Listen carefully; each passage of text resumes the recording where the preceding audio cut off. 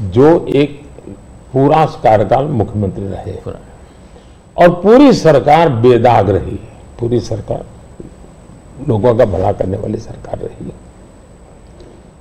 अब सिंपैथी हमारे साथ होनी चाहिए कि जो लोग हमारे साथ चुनाव लड़े, जो लोगों ने हमारे साथ चुनाव लड़ करके महाराष्ट्र के लोगों से वोट मांगा, लेकिन मुख्यमंत्री बनने के खुद के व्यक्तिगत महत्वाकांक्षा के कारण और उसमें अहंकार भर गया, इसके कारण आपने बाला साहब ठाकरे के जमाने से बनी बनाई इस जोड़ी को धोखा दे दिया और उसका लोगों को गुस्सा है, बीजेपी के प्रति सिंपत्ति है। दूसरा, शिवसेना के अंदर जो तूफान खड़ा हुआ या एनसीपी के अंदर जो तूफान खड़ा हुआ, वो साफ साफ दिखता है कि जब आप अपने परिवार के लोगों को ही प्राथमिकता देते हैं और बाकियों को नहीं देते हैं, तो कभी न कभी तो कठिनाई पैदा होती है। शरद राव के घर में जो मुसीबत है उनके पारिवारिक झगड़ा है, भतीजा संभाले कि बेटी संभाले। यहां भी इनका झगड़ा यही है कि भाई और कोई सक्षम नेता ऊपर आए कि खुद का बेटा भले, अभी जैसे यहाँ एक परिवार में कांग्रेस के चल रहा है उस पर, तो वो झगड़ा उनका है जी। और मैं मानता हूं हमारा देश इस प्रकार के पारिवारिक झगड़ों के प्रति नफरत करता है, सिंपैथी नहीं करता है। तो ये बिल्कुल ही आप सिंपैथी शब्द लेकर के सिंपैथी दिलवाने की अगर कोई कोशिश करता है तो मैं समझता हूं वो भी फेल जाने वाली है। लोग नफरत करते हैं, लोग ऐसी चीजों को स्वीकार नहीं कर सकते कि भाई ये तुम्हारे घर के झगड़े, तुम घर में निपटो ना, महाराष्ट्र को क्यों बर्बाद कर रहे हो। तो गुस्सा है। दूसरी बात है, जहां तक आज शिंदे जी के नेतृत्व में जो सरकार चल रही है, भारतीय जनता पार्टी का ज्यादा सीटें होने के बाद मैंने त्याग किया है। त्याग महाराष्ट्र की भलाई के लिए किया है।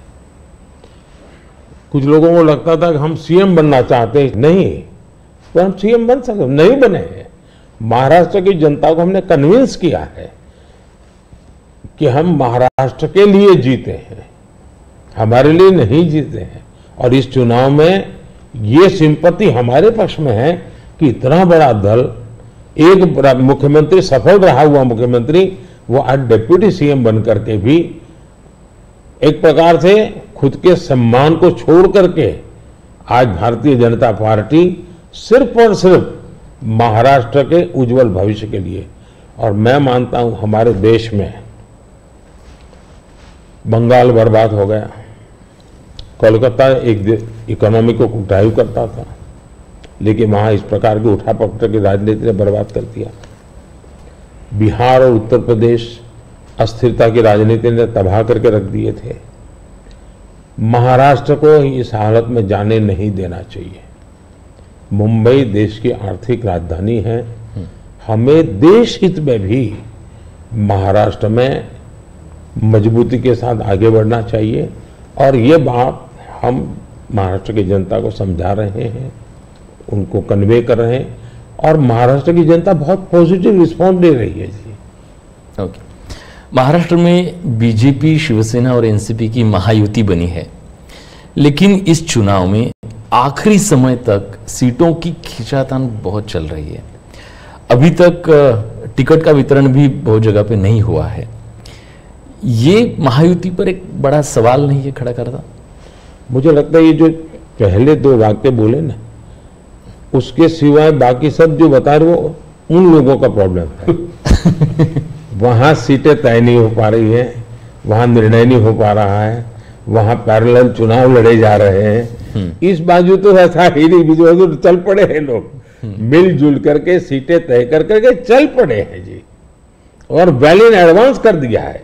शिवसेना, बीजेपी और एनसीपी, ये तीनों ने इसको कर लिया है। सामने जो नकली पार्टियों का मेला मिलाप है वहां नहीं हो पा रहा है जी, उल्टा है। कितनी सीटें देखते हैं आप महाराष्ट्र में? पिछली बार 41 आई थी, इसलिए पूछ रहा हूँ ये सवाल। हम बहुत ताकत के साथ आगे बढ़ रहे हैं, वोट भी बढ़ेगा, सीट भी बढ़ेगी। सर 2017 में आप ही की सरकार ने शरद पवार जी को पद्म विभूषण दिया था, जो देश का सेकेंड हाईएस्ट सिविलियन ऑनर है। लेकिन पिछले मंगलवार को शरद पवार जी ने एक कह दिया मराठी में, ते मराठीत असं म्हणाले की मोदी जी देशाचे नवे पुतीन आहेत, आप नए पुतीन बन रहे हैं। आप इस कमेंट को कैसे देखते हैं? मैं उनका आदर करता हूं, आज भी करता हूं। हाँ। और मैं मानता हूं सार्वजनिक जीवन में लंबे अरसे तक जिन जिन लोगों ने काम किया है वो हमारे साथ रहे न रहे, हमारे विरोध बने, वो अलग बात है। इसका मतलब ये हुआ कि जिसके अंदर वो पुतिन को देखते हैं उसकी सरकार से अवार्ड लेकर के वो गर्व कर रहे हैं। ये तो बहुत बड़ा कॉन्ट्राडिक्शन है भाई। लेकिन वो गर्व कर रहे हैं। जहां तक मेरी पार्टी की सोच और व्यक्तिगत रूप से मेरी सोच, अब देखिए हमने भारत रत्न दिया तो किसको दिया? प्रणब मुखर्जी, नरसिम्हा राव, चौधरी चरण सिंह जी, कर्पूरी ठाकुर। और इस देश में किसी ने क्वेश्चन नहीं किया कि मोदी जी अब इनको क्यों भारत रत्न दे रहे हैं। सबको लगता हाँ यार ये ड्यू था, डिजर्व था। किस दल के थे? हमारे खिलाफ ढेर सारी बातें उन्होंने बताई हुई ऐसे लोग हैं, लेकिन निर्णय उसके आधार पर नहीं होता है। आप पद्म पुरस्कार देखिए, मुलायम सिंह जी, असम के तरुण गोगोई जी, पीए सांगमा जी, जमीर जी, एसएम कृष्णा जी, आप देखिए जी, सारे लोग हैं दूसरी पार्टियों के हैं। हमने उनको पद्म दिया। हम पद्म देते हैं उनको अपने अपने क्षेत्र में जो उनका योगदान है, देश के लिए जो भी उन्होंने किया है, ये देश का दायित्व है। अवार्ड देश का है, दल का नहीं है जी। ये मोदी की पर्सनल प्रॉपर्टी नहीं है, ये भारतीय जनता पार्टी का उस पर कॉपीराइट नहीं है जी। तो मैंने पूरा पद्म पुरस्कार, तो मैं मानता हूं कभी अगर आप स्टोरी चलाएं, मीडिया के लोग इंटरेस्ट करें, भारत में पद्म पुरस्कार को कैसे परिवर्तित किया गया, कैसे पद्म पुरस्कार एक प्रकार के सच्चे अर्थ में सम्मान बना दिया, इतना बड़ा काम उन्होंने किया है। अगर तारीफ होनी चाहिए तो इस बात की होनी चाहिए कि भाई आप बहुत बड़े सोच वाले लोग हैं कि आप ऐसे ऐसे निर्णय करते हैं। ये क्वेश्चन नहीं होना चाहिए कि आपने उनको क्यों दिया। नहीं, देने के बाद भी उन्होंने ऐसा है स्टेटमेंट, ये शर्ती थोड़ा होता है कि मैं पद्म देता हूं मेरे लिए चुप रहना। ये कोई एग्रीमेंट थोड़ा होता है, ये गिव एंड टेक फॉर्मूला नहीं है जी। मोदी जी थोड़ी सी बात उत्तर प्रदेश की करते हैं। सबसे बड़ा प्रदेश है, 80 सीटें वहां से आ रही हैं। क्या इस बार आप लोग 2014 का रिकॉर्ड तोड़ पाएंगे? 71 सीट लाए थे बीजेपी, 73 एनडीए। इस बार अगर देखें तो अखिलेश और राहुल साथ में चुनाव लड़ रहे हैं और दमखम के साथ जो है पूरे परिवार को उन्होंने वहां से उतारा है। खुद कन्नौज से लड़ रहे हैं अखिलेश जी, डिम्पल मैनपुरी से लड़ रही हैं, फिरोजाबाद, आजमगढ़, तमाम जगह से उनके परिवार के लोग लड़ रहे हैं। हो सकता है कि कहते हैं कि गांधी लोग भी शायद वापस अमेठी और रायबरेली से लड़े। तो इस उसमें आप इस चुनाव को कैसे देखते हैं? राहुल जी, आप जितने गर्व से सब उतरे हैं, सब उतरे से 4 बार बोल रहे हैं। नहीं गर्व से ये मजबूरी है कि क्या है? परिवार के लोगों को उतारना पड़ रहा है, ये मजबूरी है। ये उनका मूल कैरेक्टर के इसके सिवा उनके पास कोई है ही नहीं। फैमिली मेंबर्स के लिए लड़ना, फैमिली मेंबर के लोगों के लड़वाना, यही खेल है। अच्छा, ये पहले इकट्ठे नहीं आए क्या भाई? पहले भी इकट्ठे आ चुके हैं, बार बार इकट्ठे आ चुके हैं। लेकिन उत्तर प्रदेश की जनता को अपना भविष्य क्या है उसकी समझ पूरी है। और इसलिए मैंने पार्लियामेंट में कहा था कि आज उत्तर प्रदेश की और देश का हाल ऐसा है कि बड़े बड़े नेता लोकसभा के मैदान से भाग रहे हैं, राज्यसभा का रास्ता खोज रहे हैं। और हुआ वैसा ही है। बड़े लोग ने चुनाव लड़ने के लिए तैयार नहीं है जी।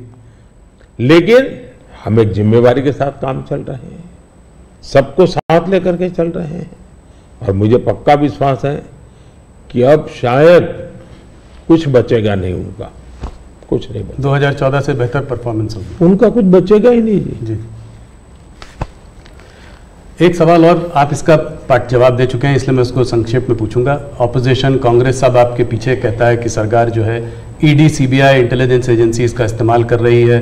आपने कहा है कि ईडी इंडिपेंडेंट है। सिर्फ एक सवाल यह है कि ऐसा देखा गया है कि 25 नेता का एक एनालिसिस एक न्यूज़पेपर ने की थी कि 25 नेता जब ऑपोजिशन पार्टी से बीजेपी की तरफ आ गए तो उसमें से 23 लोगों के ऊपर से जो है इस तरह के केसेस को या तो ठंडे बस्ते में डाल दिया गया या ड्रॉप कर दिया गया। इस बारे में पहली बात है, एक भी केस ड्रॉप नहीं किया गया है। जो अदालत कहेगी वही होगा, हम कोई निर्णय लेंगे, स्वतंत्र है। दूसरी बात है, पॉलिटिकल लीडरशिप के केस कितने हैं भाई? ओनली 3%। 97% अच्छे अच्छे ब्यूरोक्रेट जेल में है। आखिर के इन संस्थाओं का जन्म क्या हुआ है भाई? अगर इन संस्थाओं का जन्म इसी काम के लिए हो तो काम नहीं करेगी क्या? और अदालत इतनी बड़ी है जी, किसी को जमानत नहीं दे रही है अदालत, तो अदालत देखती होगी ना भाई। और भ्रष्टाचार के मामले में हम कम से कम उसको लाइट न ले जी। सचमुच में देश में चर्चा होनी चाहिए कि पहला एक जमाना ऐसा था, आपको आरोप लगता था ना तो भी हल जाते थे। आज गुनाह सिद्ध हो चुका, सजा हो चुकी, फिर भी आप हाथ ऊंचा कर करके फोटो निकलवा रहे हो। आप भ्रष्टाचार का महिमा मंडन कर रहे हो। इस देश में ये आलोचना का विषय होना चाहिए। भ्रष्टाचार को न्यू नॉर्मल के रूप में ट्रीट नहीं करना चाहिए, वरना इस देश का बहुत नुकसान होगा जी। ये सवाल बीजेपी और अदर्स का वाला नहीं है, देश के लिए ठीक नहीं है कि आप इसको न्यू नॉर्मल बना दे। और मैं देख रहा हूं धीरे धीरे धीरे ऐसा वातावरण बनाया जा रहा है, हाँ ठीक है यार वो तो चलता रहता है। यही तो देश, गरीब आदमी मर रहा है जी। हमने कैसे भी करके इससे देश को मुक्त करना चाहिए, रिजॉल्व होना चाहिए कंट्री का, वो नहीं हो रहा है जी। और मैं तो मानता हूं कि भाई देखिए, मैं जो कोशिश कर रहा हूं, एक सिस्टम को पॉलिसी ड्रिवन बनाओ, टेक्नोलॉजी को भरपूर लाओ।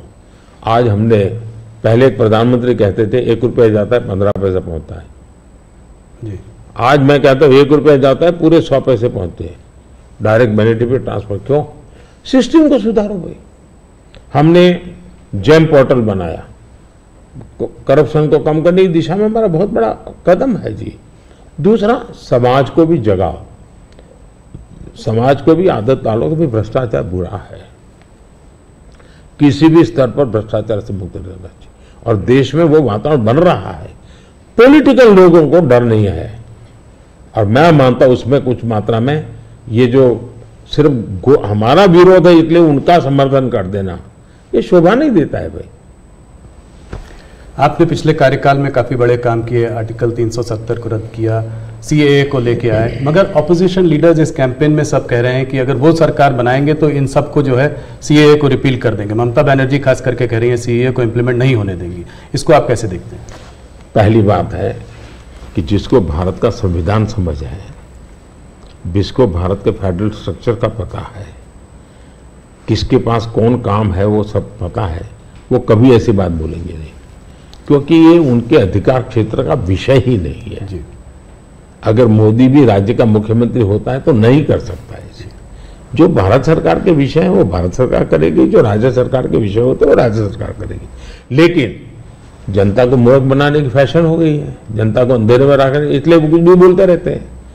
दूसरी बात है, मैं चैलेंज करता हूं कांग्रेस पार्टी कल प्रेस कॉन्फ्रेंस करके बता दे कि हम 370 वापिस लाएंगे, क्योंकि 370 हटने के बाद ये लोग संविधान की इतनी बड़ी बातें करते हैं ना जी। बाबा साहब अम्बेडकर के नाम पर हमको इतनी गालियां देते हैं। हिंदुस्तान में बाबा साहब अम्बेडकर का संविधान पूरे देश में लागू नहीं हुआ था। जम्मू कश्मीर में 70 साल तक भारत का संविधान नहीं लगा है। ये हमने आकर के भारत के संविधान, और वहां दलितों को पहली बार आरक्षण मिल रहा है जी। वाल्मीकि समाज वहां रहता है, वहां पहली बार आरक्षण मिल रहा है। ये सब क्या बातें करते हैं जी। और उनकी हिम्मत है क्या वो प्रेस कॉन्फ्रेंस करके बोले कि हम 370 फिर से वापस लाएंगे। हिम्मत है तो, कोई भी दल हिम्मत है तो आ जाए मैदान में। मोदी जी, बंगाल की तरफ चलते हैं। वेस्ट बंगाल में जो है इस बार चुनाव काफी जोरों में लड़ाई हो रही है। पिछली बार जब आप 2019 में 18 सीट लाए थे 42 में, तो लोग चकित रह गए थे, लोगों को उम्मीद नहीं थी कि आप 18 सीट लाएंगे। इस बार आपके एक नेता ने कहा है कि 36 सीट आ सकती है। राजनाथ जी ने मुझसे इंटरव्यू में कहा था कि 36 सीट आ सकती है। कैसे देख रहे हैं इस वक्त माहौल को? देखिए, जहां तक लोगों का चकित वाला जो आप कह रहे हैं ना, उनका प्रॉब्लम यह है कि मुझे 10 साल हो गए, अभी भी वो मानने को तैयार नहीं कि देश की जनता ने मोदी नाम के